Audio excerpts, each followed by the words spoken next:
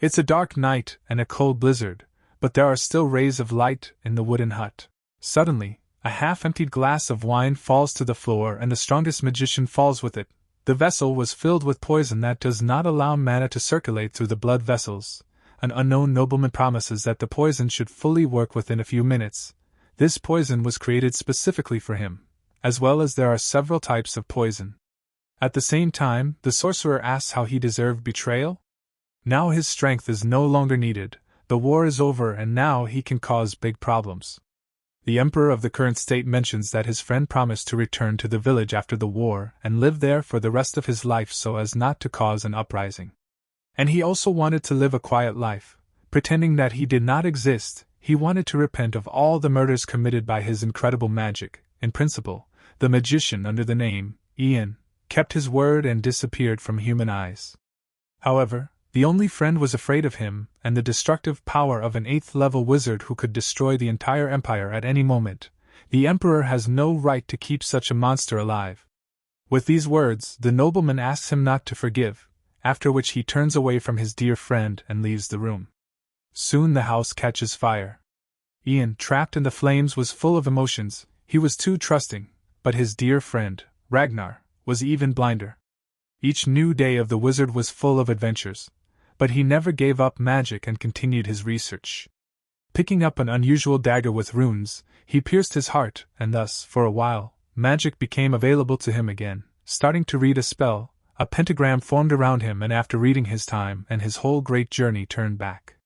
The boy was thrown into a sweat. He did not fully realize what had happened. The pain disappeared and with it the wounds.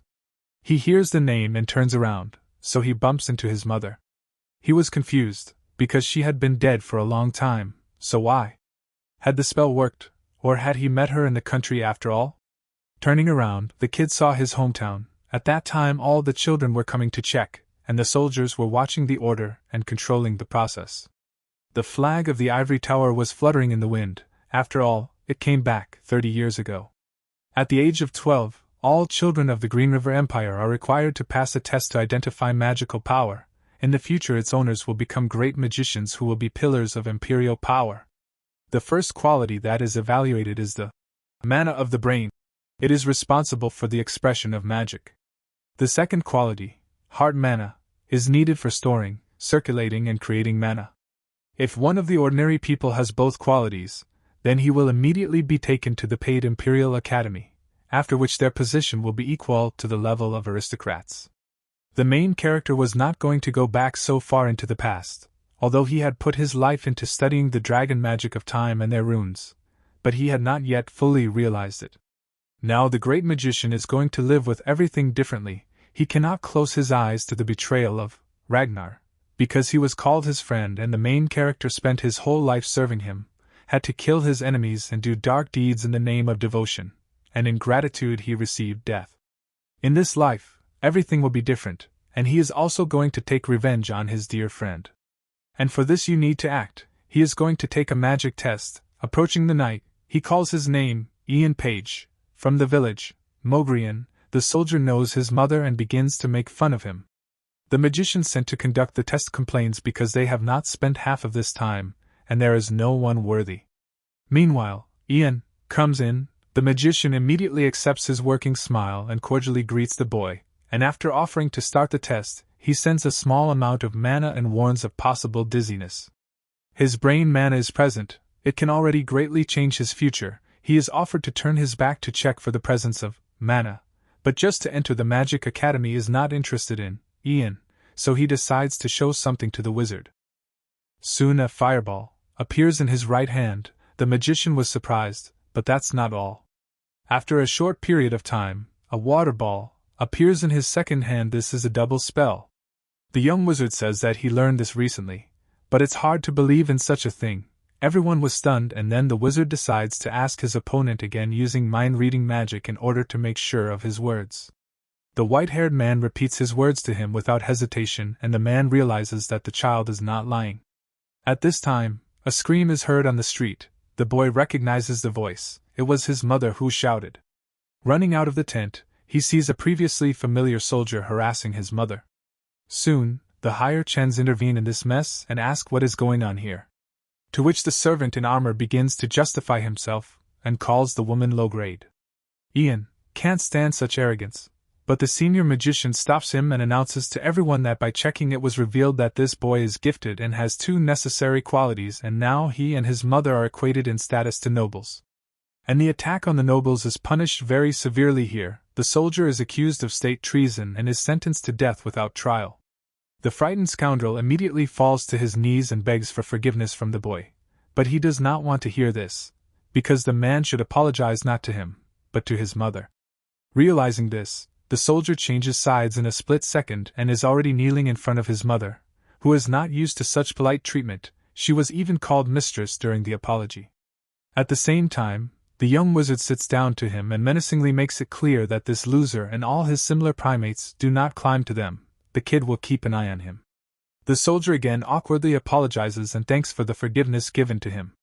Soon Ian returns to the dialogue with the wizard and does not forget to thank him for his help, but he announces that this is part of the tower's responsibilities. After the wizard transfers the guardianship and protection of the young man to a soldier under the name Aaron, the same offers to take them to the hotel to the rest of the employees, and they gladly agree. After they say goodbye and leave, the magician sees them off with a glance and notices that this child has amazing abilities for such a young age. Because of him, a considerable noise is raised in the ivory castle. A dark night, a drunken soldier who miraculously escaped the death penalty walks through the night city and mutters to himself. He curses that little brat and his mother cook.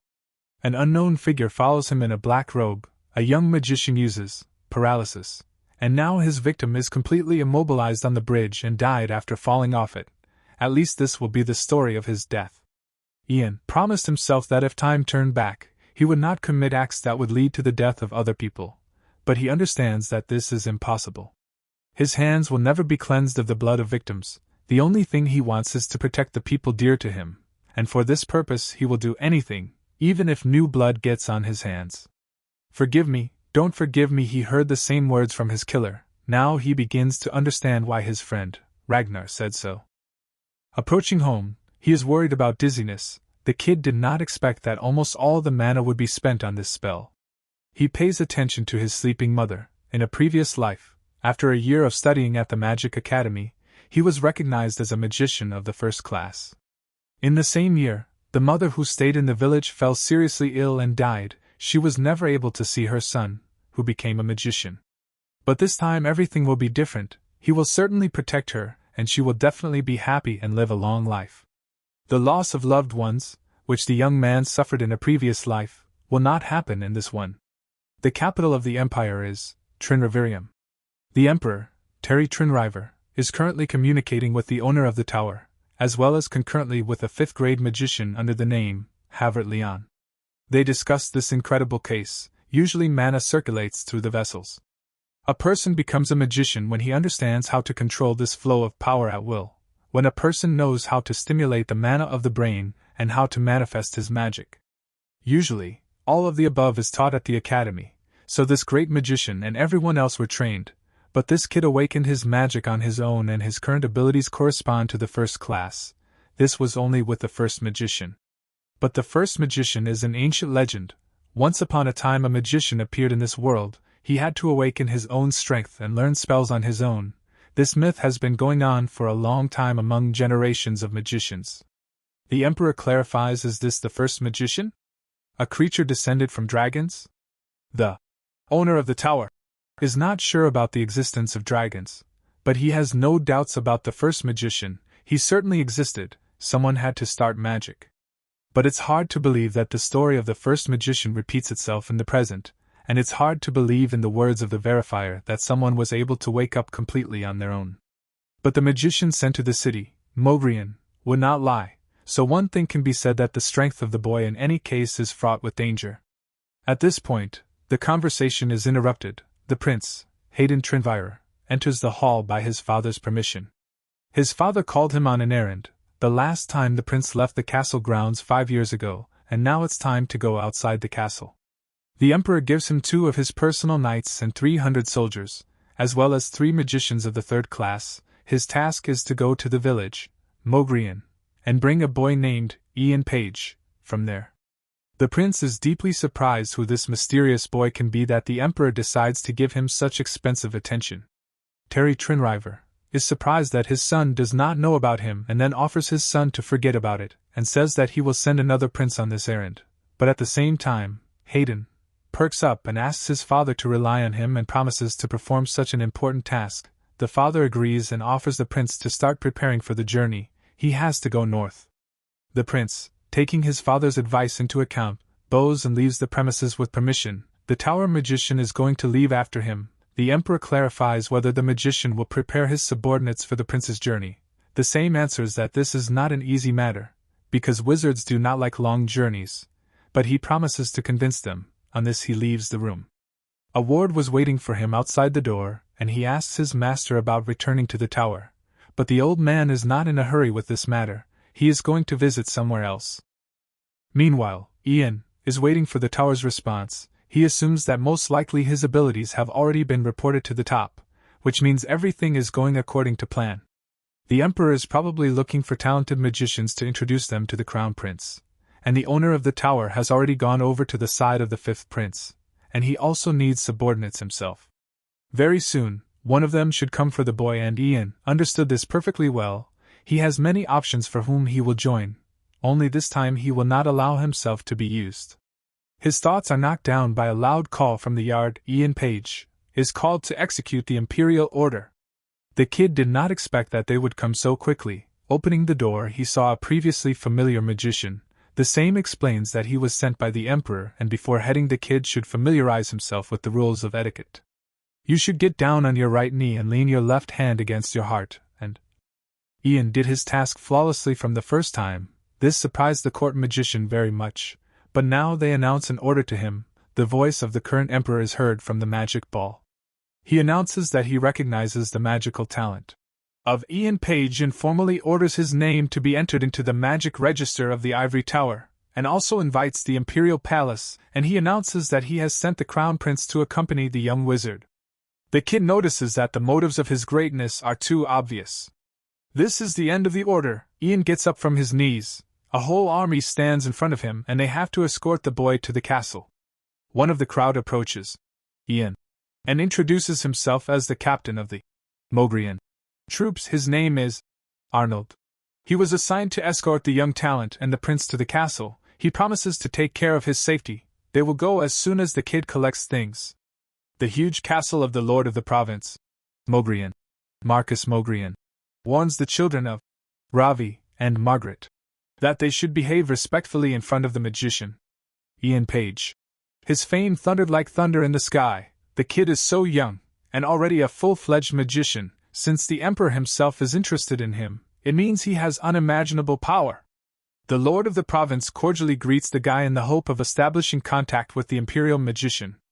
The court maids were discussing the genius. This boy is amazing. He made a fireball out of nothing in training. At the moment, Ian has been training without a break for the second week in a row. Sighing heavily, he stretches his hand forward and pronounces his spell. Freeze.